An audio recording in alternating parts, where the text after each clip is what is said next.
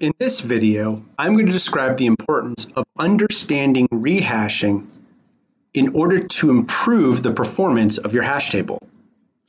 In this particular code segment, I have commented out the function run disjoint that you will be writing in the lab. In that function, we call check disjoint fast and pass set1 if it's larger.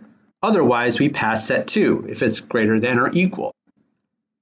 This is important to prevent excessive rehashes because standard unordered map in the C++ standard template library does have a worst case scenario of big O of n insert. So how do we avoid this scenario?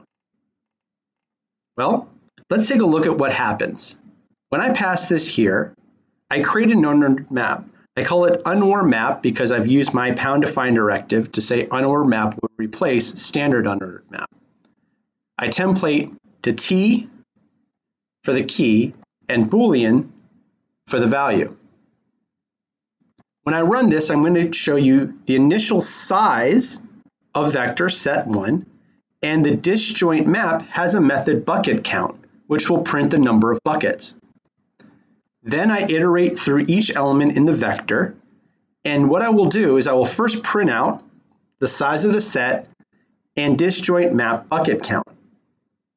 What you'll be able to see is how it rehashes in real time. Then I call disjoint set insert and I create a standard pair with the current value in true. And then afterwards, I print out the final size. Then I go through the second set and then I use the count method to look up if the element's in there. And if we find an element, then we return false, otherwise we return true. So when I run the program, what you're going to see is that initially the size of the unordered map has one bucket. And then it has one bucket. Once I hash, then it rehashes to 3. So just like we designed in lecture, standard unordered map resizes to prime numbers. Then it has to resize again to 7. And as we saw in lecture 11, we have to recopy all the elements. So this actually degrades the performance of the program. Likewise, we start out with 5 and we have to rehash twice. So now let's take a look at the code that I am asking you to code for the lab. In this first function, we pass the larger element because we want to create the largest possible hash to prevent rehashing. Then what's going to happen is here, we're going to do the same thing, but notice how I pass 2 times set size. What's actually going to happen is it's going to be 2 times the set size, and it's going to give us the next largest prime number after this. So set size is initially going to pass 6. I multiply it by 2, which gives us 12. Here, the next largest prime number is 13.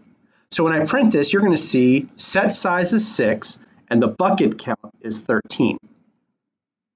When I iterate through, because we're not going to have excessive collisions due to our sizing, every time we print out, it's going to give us 6 and 13.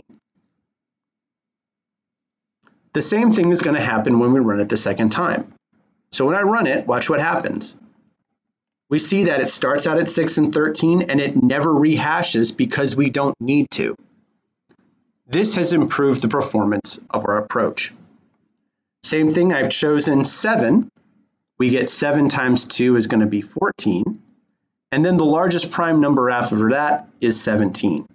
We see here that we do not have to rehash.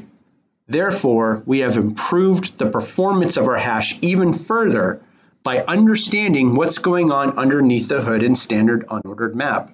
So therefore, even though you just know that it's a standard unordered map, by having worked on the code in class and understanding prime numbers and understanding rehashing, you have now applied that knowledge to improve your answer when running this problem.